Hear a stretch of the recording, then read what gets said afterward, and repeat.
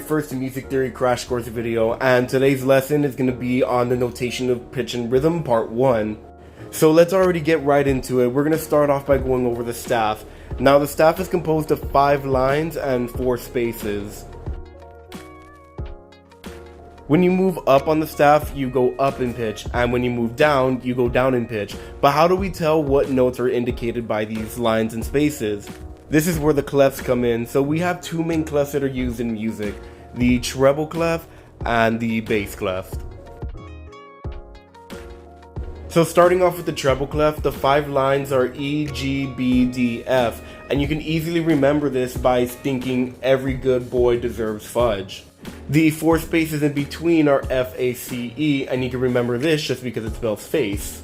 Moving on to the bass clef, the 5 lines are G, B, D, F, A, and you can remember this by saying good burritos don't fall apart. For the 4 spaces in between, you have A, C, E, G, and you can remember this as all cows eat grass. Notes are actually not limited to those 5 lines and 4 spaces. They can actually go above and below the staff, and we call those ledger lines. Moving on to semitone versus whole tone, a semitone would be just moving to the very next note. So an example of this would be B to C. A whole tone would be moving 2 notes. An example of this would be moving A to B. We also call semitones minor seconds and whole tones major seconds, but we'll be going over intervals in a later lesson. So moving on to the 12 tones, you'll notice that we use the letters A through G to name the notes.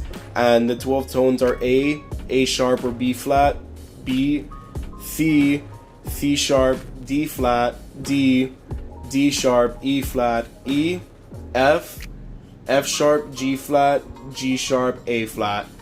You'll notice that some of these notes have 2 names for them, and we call these enharmonic equivalents. Whether you call a note a sharp or a flat is based on the context of the music you're playing. Now that we know about semitones and whole tones, we're ready to go over accidentals. The 3 main types are sharps, flats, and natural. Sharps raise your note by half a step.